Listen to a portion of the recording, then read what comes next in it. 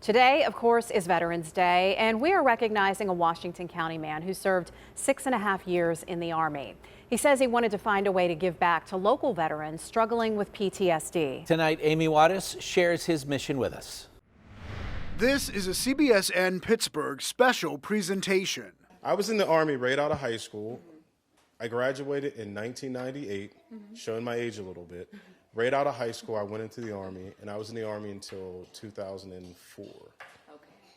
So when you came back, are you originally from this area, or where are you from originally? I'm originally from this area, Okay.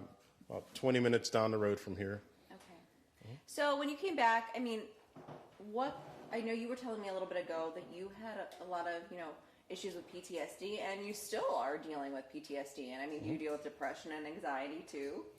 It's something that happens from time to time that I'm working out with the VA through therapies, and that's why I thought about, through my own situations, helping some veterans with post-traumatic stress as well. Yeah, so when did you guys decide? I know this is something maybe that I'll have to ask you. I don't know, might it be easier if she chimes in here too. So Nicole, when your husband came home, were you guys together at that time? No, we actually met after he got out of the military, but I did notice, some of the anxiety and depression and things that came along with it, even years later. So really, can you talk specifics, some of the things you saw? You can just see like when his mood will change, and something's going on. His way of dealing with things is he gets quiet, So whenever he gets quiet and kind of wants to be by himself, I know he's kind of going through some things. So we know to either leave him alone or try to talk to him and talk through his problems. But like he said, he does a lot with the VA and different therapies and things that they offer. But then that's when we started PA Vet Pets too, because we were fostering dogs, and we noticed how much the dogs would help him, just with your overall mood. He would be more calm, you're happier, they're happy to see you. So it really does help with the PTSD. Yeah, how did you guys decide? Because I know you said, Omar, that you used to not be really a big dog person. I was never really a big dog person. And she had a dog named Lotus, an Old English Bulldog. It became our dog. And slowly I started to love Lotus. And I couldn't wait to get home from work and see Lotus. And when Lotus passed away, there was an emptiness in the house. It was like a void. And I kind of understood the void because that's how soldiers feel sometimes. So I kind of could look at her the same way she could look at me and see there was stuff wrong. I could sort of see that in her as well. So she said, I don't think I'm ready for a dog, but I heard about this organization called Bridge to Home Animal Rescue. Let's see if we can start fostering dogs with them. So I said, let's give it a try. Yeah, when was this? When did you start fostering? This was about 3 years ago. We have now fostered, I know the article said 16, but I think we're in like 26 that we've fostered that have come in and out of our house. So in the 3 years, about 26, and we're excited to get some more here once our building's done. So when did you decide, okay, the fostering's really helping? When did you decide to create the PA Vet Pets nonprofit? We decided to create PA Vet Pets. It's been about a year. We decided to create PA Vet Pets about this time last year. The world had just sunken into what we are now still dealing with COVID. And I identified through a couple of newspaper articles and through Nicole's help that these dogs have really helped me. And I said, if I can help 1 or 2 veterans a year, that's enough. And it's started with that, and it's also grown into post-traumatic stress awareness, assisting with homeless outreaches, with helping the homeless, to feed the homeless, to house the homeless, assisting with organizations like post-traumatic stress, I forget what they're called, assisting with other organizations that deal with post-traumatic stress or homeless veterans. We just strive to be an organization that if there's a veteran with post-traumatic stress or first responder, we can fit a need in any way, shape, or form as long as the funding's there. Right. Yeah, so how does that work with funding? How do you guys make that happen? I mean, do you raise money, or so you're a nonprofit, so how does that work? Yeah, so recently we've just teamed up with some other local businesses. We did a fundraiser with Rusty Gold Brewing in Cannonsburg, where we're just raising awareness for the nonprofit, and we sold T-shirts. They did beer sales. They named a beer after us. So then every time one of those beers would sell, we get $1 went towards our organization. So we're raising money that way. Groups on Facebook, they can donate anytime. We have an app where they can donate to. We plan to do a gala here probably after the new year to raise some money too. So yeah, so it's all through fundraising, and that way we can try and help as many people as we can. Is that how it's helping you build this facility too, through the fundraising to make this happen? No, we're paying for this ourselves. This building is self-funded Yeah. through our own endeavors and our own savings. So, yeah, I guess that's what I want to say. The building is funded through us. Yeah. When you donate money to Vet Pets, that money is going to help a veteran in need. Yeah. That money is going to help a veteran either cover the cost of an animal adoption, or seek help with post-traumatic stress, or help a homeless vet find food or shelter or clothing. That money that is donated goes towards those services. This is a self-funded operation here. As far as this building, this facility, the electrical, the high cost of wood. So, yeah. Do you have any success stories where you've helped some veterans since you created your organization? Yeah, we were helping a veteran who had post-traumatic stress, and we were just in this beginning process of starting to help him with a dog, and unfortunately he committed suicide. So we did not want to do anything, we wanted to help his family in any way that we could. So we kind of changed focus, and we did a tree planting ceremony in his honor. So that was something we did at Mingo, and we had the whole family there, and because he had a young daughter, so we did a nice little ceremony there. Also to honor the fallen, but also to bring more awareness to PTSD. We had some speakers there that are familiar with it and talked as well, just to bring some attention to it. So that's something we've been able to focus on a little bit more wherever the need is. And the biggest way we help Washington County veterans is by partnering with other organizations. So a lot of our work and a lot of our help is through other organizations. When I reach out to a local organization here in Washington and I say, what do you need assistance with? Whatever it is, we'll be there. And one of the things I did without posting it on Facebook is just show up on a Wednesday and help feed the homeless, or cover the cost of a homeless vet to sleep in a hotel in Washington County.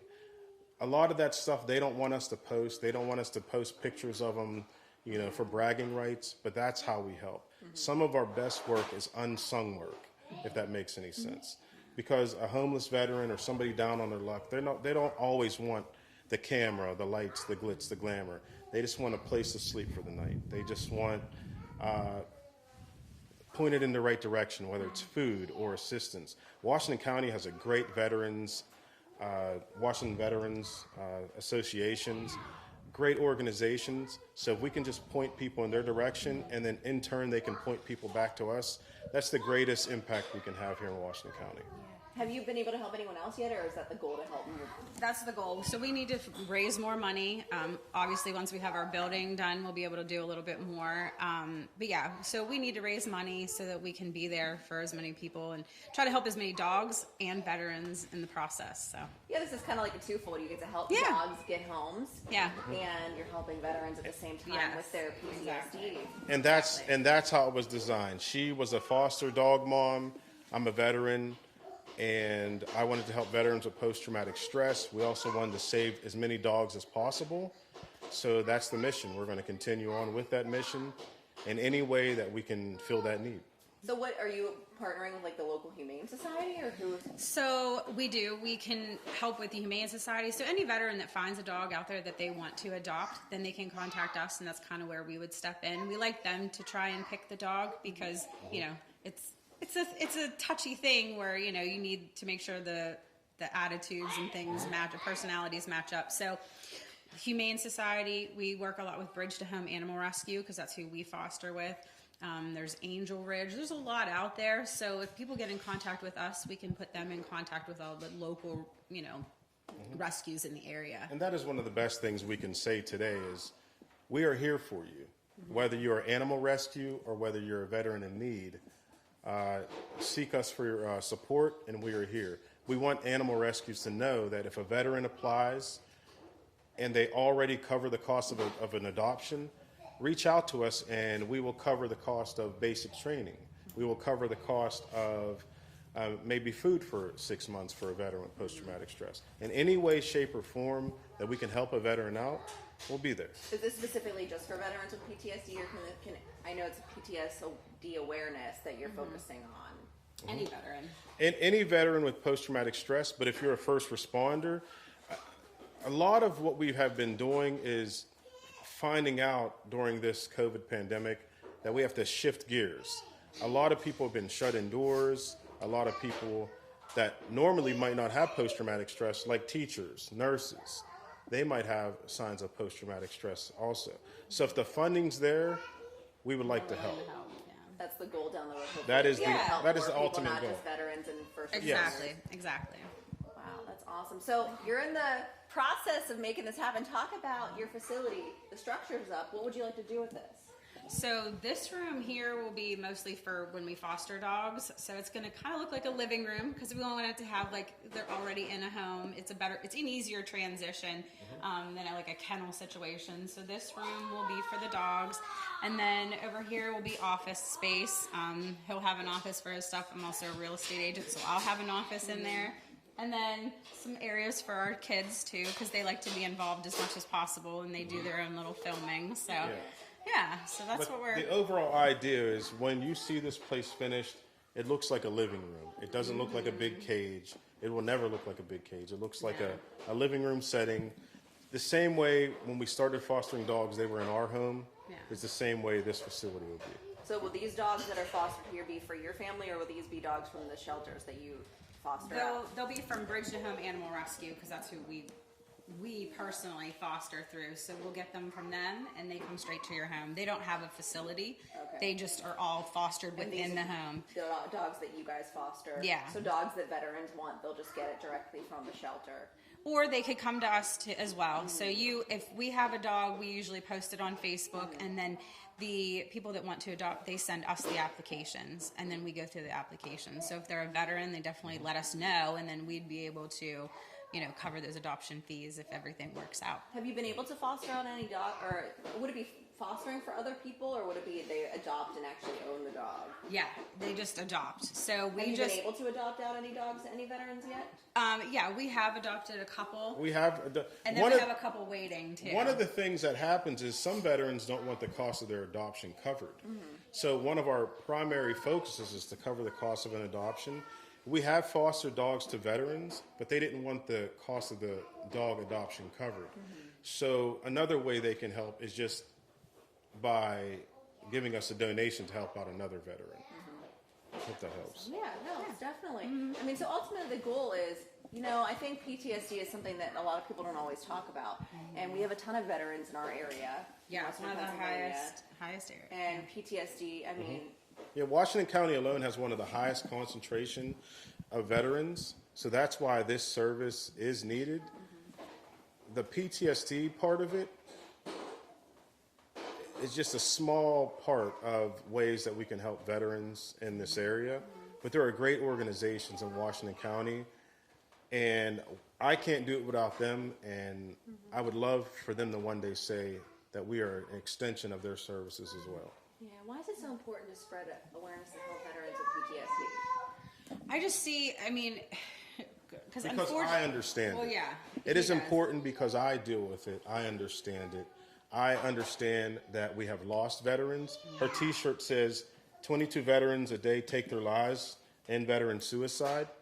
We have dealt with that when we tried to help a few veterans that they've either taken their own lives or they've been hard to contact and communicate with.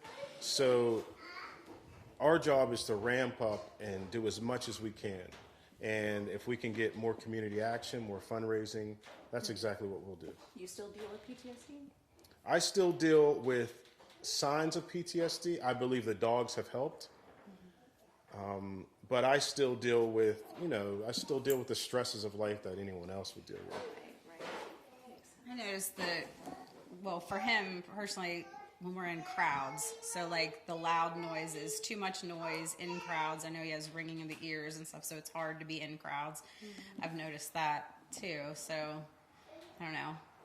We want to get a dog for him, just specifically for him, I think, and that would help too. Yeah. We're transitioning, so I feel like once we get all this done, we'll be able to get him a dog. The guy that just never for liked himself. dogs will have a dog if you check back with us. Love them now. Oh, dogs are my thing. We so. love them, and they go straight to him too. It's funny because when we get a foster, we try to see who the dog will like more, and I always think they're going to go to me, but they really love him. It's almost like the dogs know that I need their attention. They do. So they gravitate toward me. And we've fostered 26 or 27 dogs. Yeah, it's close. And I want to say it's a close even between who the dogs gravitate toward. Yeah. And there's been some dogs that we didn't want to let go, but we found really great homes for them. And that's one of the greatest things that we can accomplish, I'm pretty sure. This has been a CBSN Pittsburgh special presentation. We now return to our scheduled programming in progress.